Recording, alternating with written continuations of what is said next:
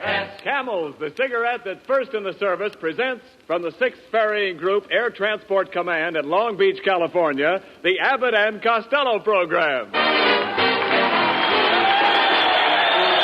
music of Lee Stevens and his orchestra, the songs of Connie Haynes and the Camel Five, tonight's guest, Miss Merle Oberon, and starring Bud Abbott and Lou Costello.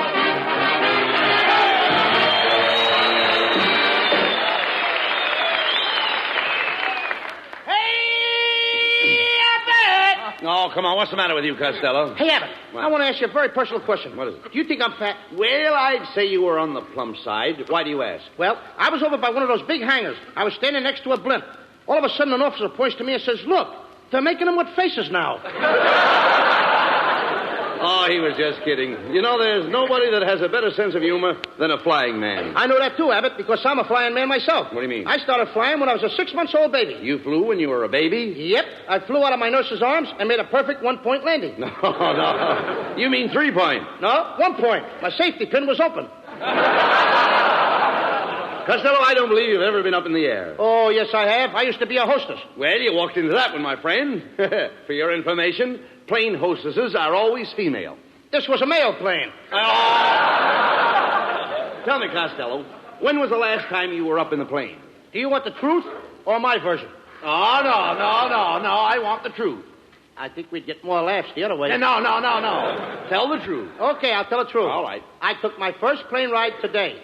Captain Dick Lassiter took me up in a great big plane. Tri-motor? Try what?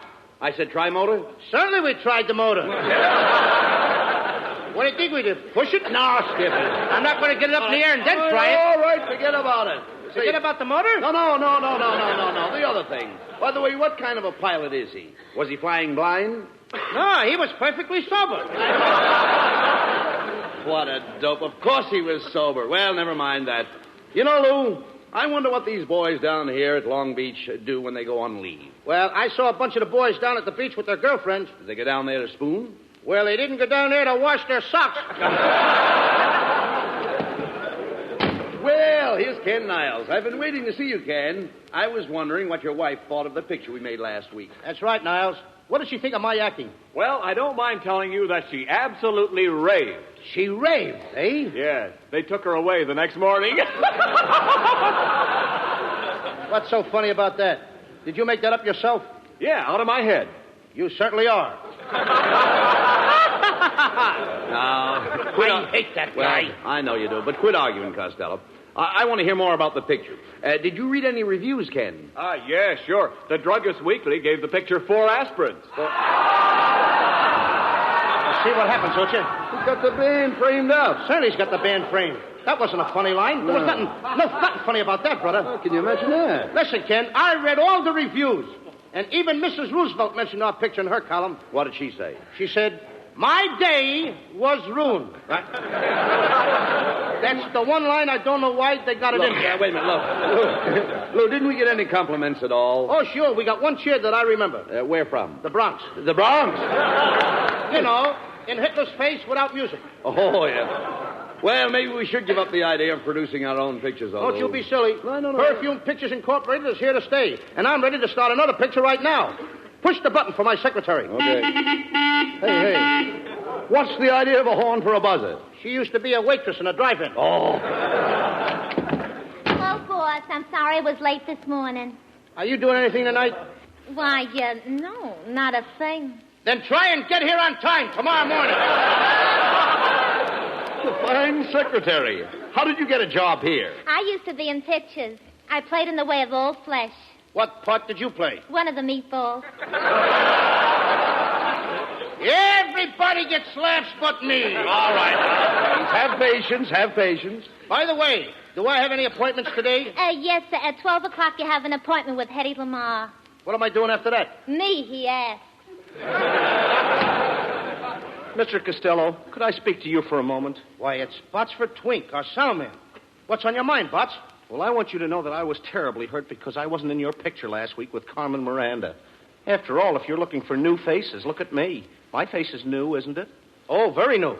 In fact, your whole head has only been slightly used. Please give me a chance, Mr. Costello. I really do have a lot of talent. You know, I do most of the voices in all the Leon Schlesinger cartoons for Warner Brothers. You don't tell me. Yeah, for instance, here's a little Porky Pig. This is the way I talk when I play Porky. That's all, folks.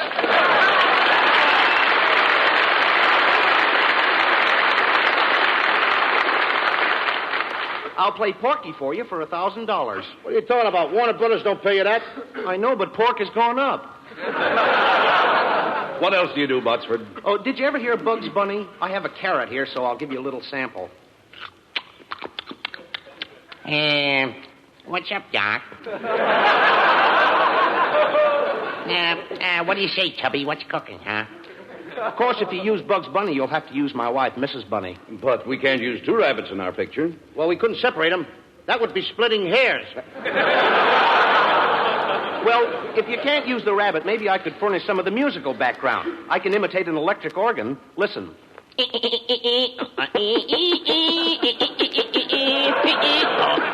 It's clever, ain't he?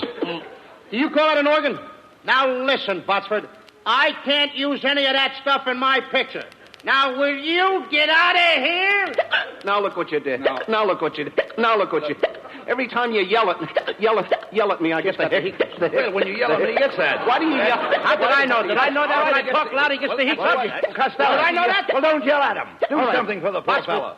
Please, Botsford. That's it. Talk nice to him. Botsford, I'm talking low and easy. Now, take it easy. No more hiccups. That brings him out of it. Does it? I didn't know that. All right, take it easy. How do you feel? Better now. Oh, you do? I feel fine. Oh, am I glad of that, Abbott. Now, let's get back to this picture. But, Mr. Costello, are you sure you can't use the organ? Botsford, how many times do I have to tell you that I don't... Please. Please, started him again, didn't you? You see what I told you? I know what I'm doing. Get him out Hey,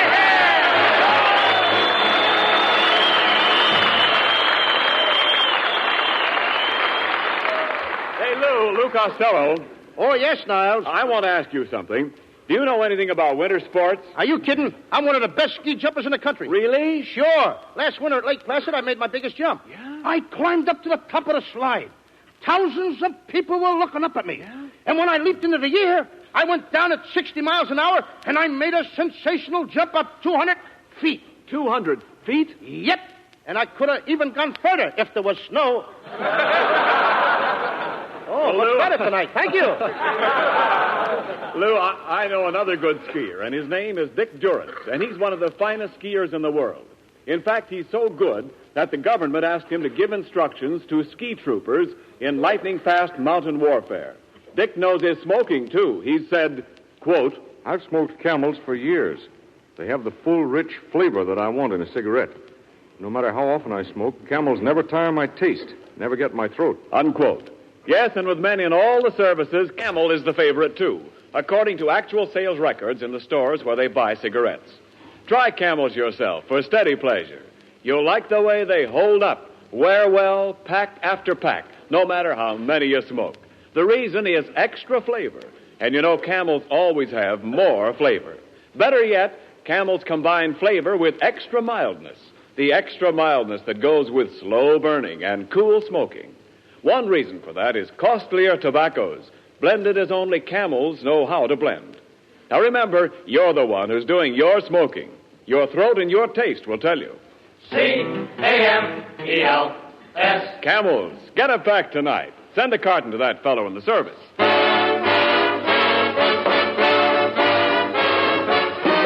Lead Stevens, the orchestra, and the Camel 5 with a new treatment for an old tune by the light of the silvery moon.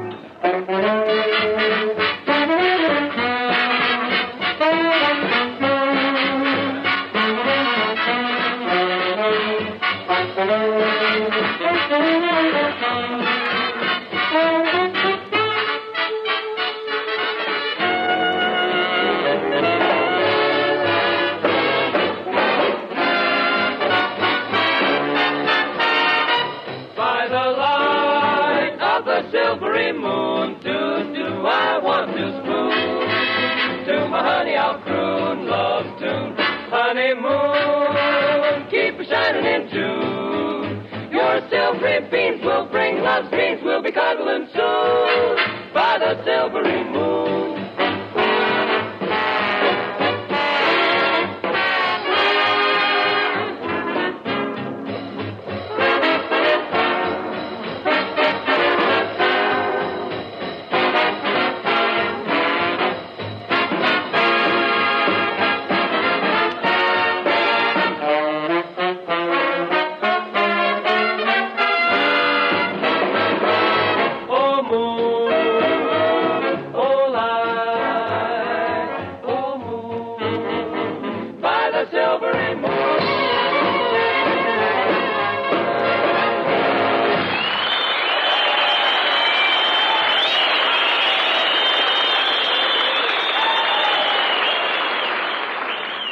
Costello, we can't hold up production on your new picture any longer. Now, we've got to get a leading lady. How about giving that secretary of yours a chance? She has blue eyes and blonde hair. And a Supreme Court figure. What do you mean, a Supreme Court figure? A Supreme Court figure? What do you No mean? appeal. Oh! Besides, I phoned Merle Oberon about playing a leading part. You did? Yes. I picked up the receiver and I said, Merle, darling.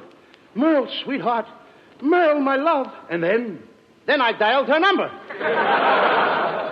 Merle Oberon. Merle Oberon would be swell in our picture.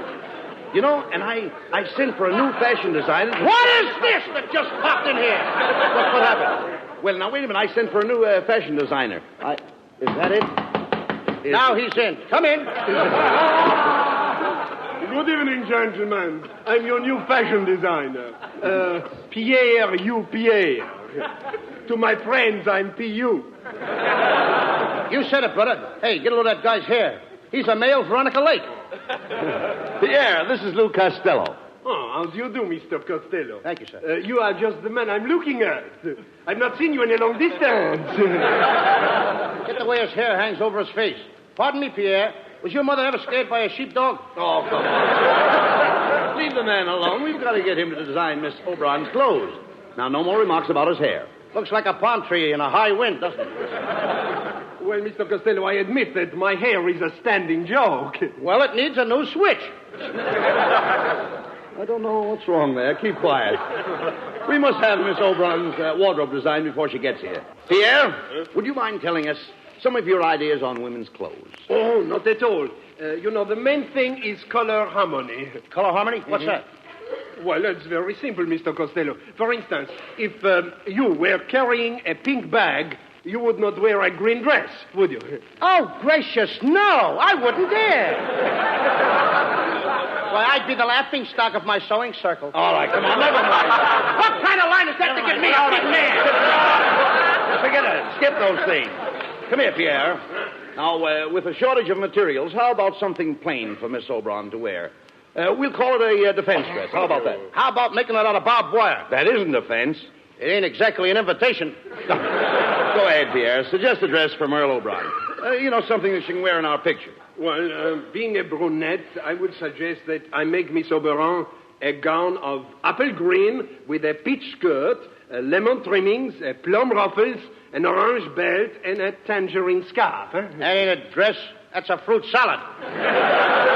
Nevertheless, that sounds fine. Now, what about Merle's hat? Well, the hat should be very simple but very smart. Do you think the boys in camp here would like Miss Oberon in a hat that has 3 roses and a ribbon on the side? Huh? No, they'd rather have 4 roses with a chaser on the side. Now, get out of here and I'll design the clothes myself. Oh, Costello, you can't design clothes. Is that so? I just invented a lady's leg paint that takes the place of stockings. It even covers the knees. It disguises the knees? You said it. You can hardly recognize the old joints. Oh, well, we let Merle Oberon design her own clothes for the picture. What do you say? Yes, and I'm just the girl who can do it. Now listen, kid, you keep out of this. Look who it is. It's Merle Oberon.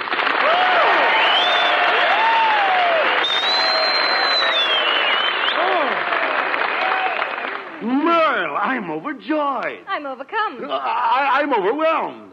I'm over here. Merle, I've always been in love with you. You're so beautiful. Can I give you a kiss? Well, all right, but just one.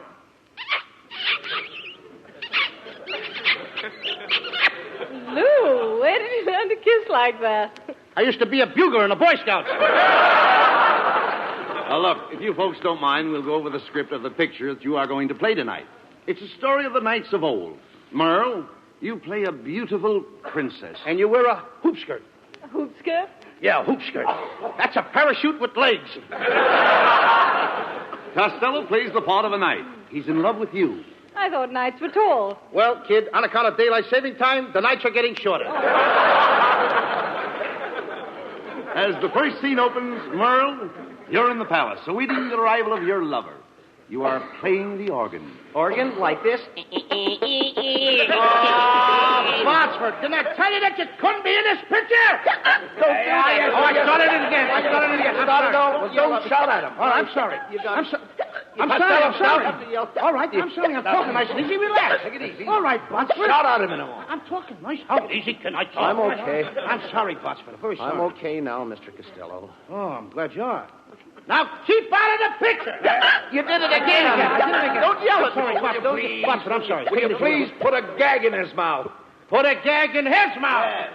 If I had a gag, I'd tell it myself. Come on, let's get back to this story.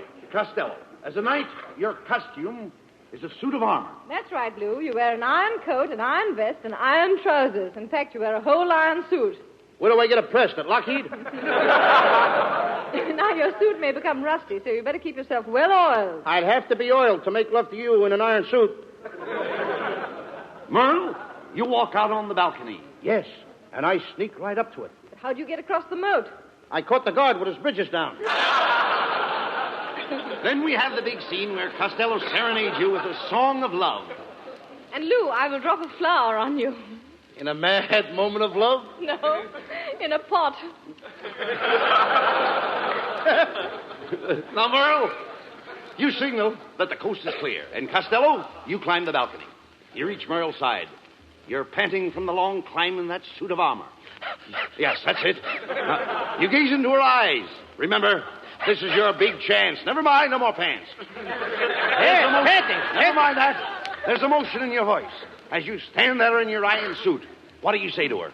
Hey, kid, have you got a can opener?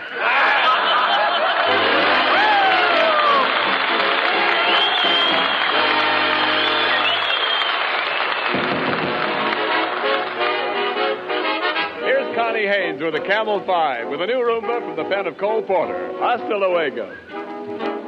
In a small cantina on an island far, Senorita Lena sang a song to a hot guitar. All the ding-dong dandies used to gather about when the lovely Lena, Lady Vina, would give in and give out. Hasta luego. Too bad we must part. Hasta luego. And that mucha good luck, sweetheart. Once they'd married Lena and her rich old guy moved to Pasadena, where the best people go to die. But when she'd collected all his copper preferred, back to her cantina, lovely Lena went flying as she purred. Hasta luego. Too bad we must part. Hasta luego. And there's mucha good luck, sweetheart. Ay, hasta luego. Too bad we must part. Oh, hasta luego. And there's mucha good luck, sweetheart.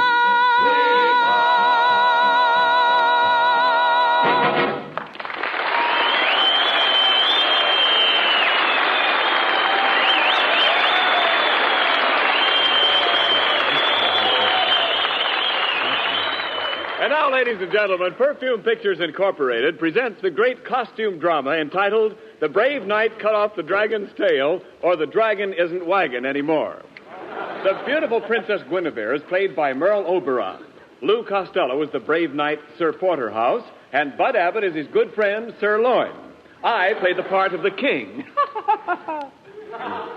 As the scene opens, the princess and I await the arrival of two brave knights in our kingdom. Curtain. Greetings, brave knights. Kindly approach the throne. Greetings, Your Majesty. I am Sir Loin, Knight of the Bath from Saxony. And I am Sir Porterhouse, Knight of the Bath, from Constantinople. What kind of words did I give you? Constantinople? Yeah, Turkish bath. Greetings, brave knights. I'm the Princess Guinevere. And who are those beautiful dames with you? They are my ladies in waiting. Well, what are we waiting for? Quiet, Costello. Oh, Sir Porterhouse, you must save our kingdom. The people are angry. They're clamoring outside the gates of the palace. Just listen to them clamor. Clamor, clamor, clamor. Clamor.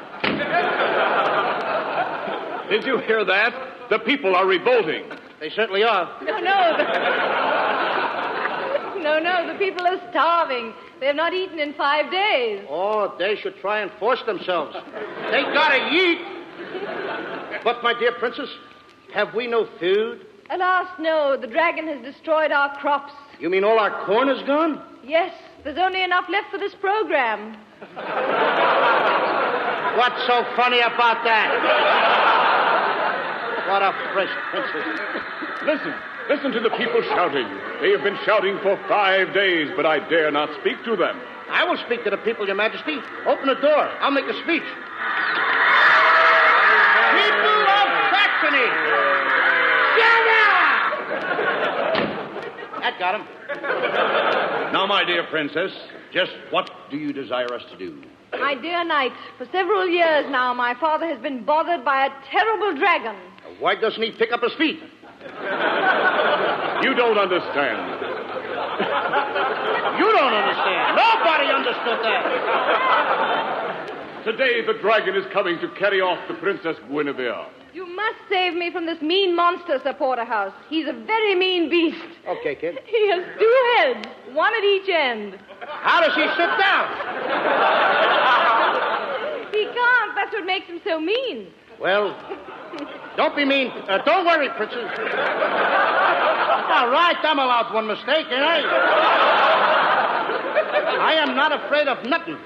One time I climbed up a tree and I bagged a ferocious tiger. You went up a tree after a tiger? No! He came up after me. But you said you bagged him. I did bag him. I begged him to go away, but he wouldn't. And what happened? Well, I snapped at the tiger snapped at me, and suddenly something whizzed past me. What was it? Pomona. Pomona. Talk sense, will you? Then my uncle came to my rescue, and I finally brought that tiger home stuffed. What was he stuffed with? My uncle. Oh, Your Majesty, the dragon is almost upon us. He's coming to get the princess. Quick, princess. Button up my iron suit. Wait a minute. Just a minute. I thought you were a princess. I work the swing shift on the side. Costello, look at that thing belching smoke and fire. Is that the dragon? It ain't a smudge pot. I'm getting out of here. It's too late. He's got us trapped. Here he comes. Now do what he does. Do exactly what he does. Right. He's staring at you. Stare back at him. I can't. Cockeyed. I can't do it. Quiet. He's roaring at you. Roar back at him. That'll scare him. Wait a minute. Now he's wagging his tail. That lets me out. Look out! Look out, he's going to charge. He's going to charge? How much? Oh. Quick, grab him. Private gunman. There's a fancy line. Grab him by the gullet. Grab him by the gullet. By the what? The gullet. The dragon's neck. Let him neck. What do I care about their love life? Give me my sword. Give me my sword, somebody. I'll cut his nose off. But how will he smell? That is something that should only interest another dragon. Look out, he's coming at you. Be careful, Costello. Your back is turned to him. He's coming up behind you. I know it. He got me. Where did he get you? Well, if I was wearing a license plate, he would have got off the last 3 numbers. Hey, he ruined my suit. My good iron suit he ruined. You nasty dragon. Get out of here! Oh, don't do that. Don't yell at me. What is with this? How can I do the... How can I do the dress? Botsford, wait. Now, stop. Stop. What can I do to keep you quiet, Botsford? Will you cut it out? I'm sorry. And it's your own fault for hollering at him. There's only one thing that'll cure my hiccups. If you let me kiss Miss Oberon. Oh, very well. I'll kiss you. If only you'll stop those awful hiccups. Go ahead, Botsford. Kiss her. Okay. How do you feel now, Botsford? Oh, I feel fine. But what? That's all, folks.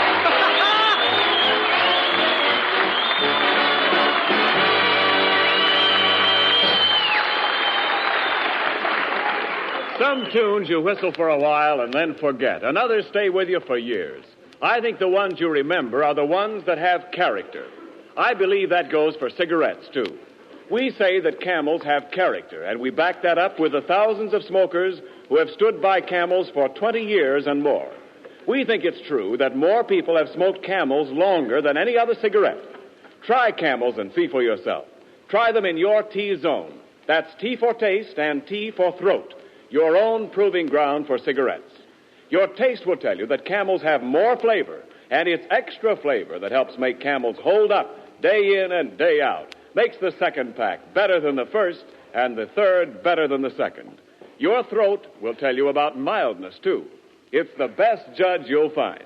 Yes, Camels are mild, cool smoking, slow burning, because they're expertly blended of costlier tobaccos. Your throat and your taste will tell you. C-A-M-E-L-S. Camels, get a pack tonight. You'll want to buy a carton tomorrow. Here's more news about the Camel Caravans, those traveling shows which entertain the men in the Army camps. 32 performances of the Camel Caravan units will be given to men in the training stations throughout the coming week.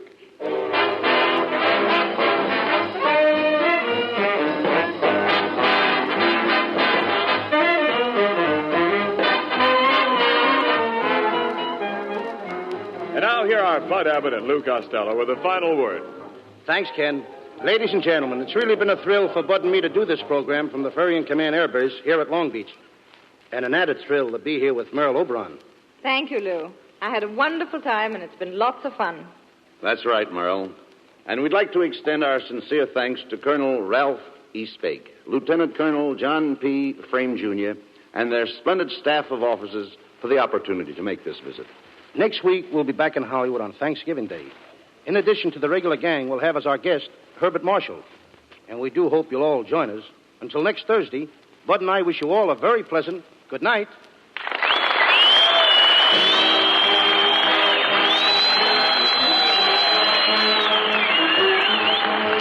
Camels present 4 great shows each week. Tomorrow night, the Camel Caravan with Lanny Ross, Xavier Cugat, Herb Schreiner, Lou Lair, and their guest star, Bob Hope. Saturday night, Thanks to the Yanks with Bob Hawke. Monday night, Blondie. And next Thursday at the same time, Abbott and Costello with their guest, Herbert Marshall. Our broadcast this evening was from the 6th Ferrying Group, Air Transport Command at Long Beach, and does not constitute an endorsement of our product by the War Department, as they do not endorse any product. The Army has also requested us to make this announcement to all men of 18 and 19. There is a serious need for young men, so serious that the Army is willing to let men of 18 and 19 choose whatever branch of service they desire. Go to your nearest Army recruiting office or induction station tomorrow. Learn about the jobs the Army has open in 13 different branches, all explained by men who know these jobs inside and out. Listen to the Camel Caravan tomorrow night with Lanny Ross, Xavier Cugat, Herb Schreiner, Lou Lair, and their guest star, Bob Hope. And now this is Ken Niles wishing you all good night.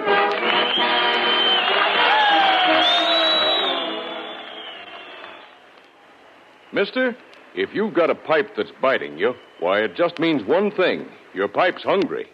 Yes, sir, hungry for Prince Albert, the mild, rich, tasty tobacco that won't bite your tongue because it's no-bite treated. PA's crimp cut, too, for easy packing and stay-lit burning. Around 50 pipefuls in every handy pocket package.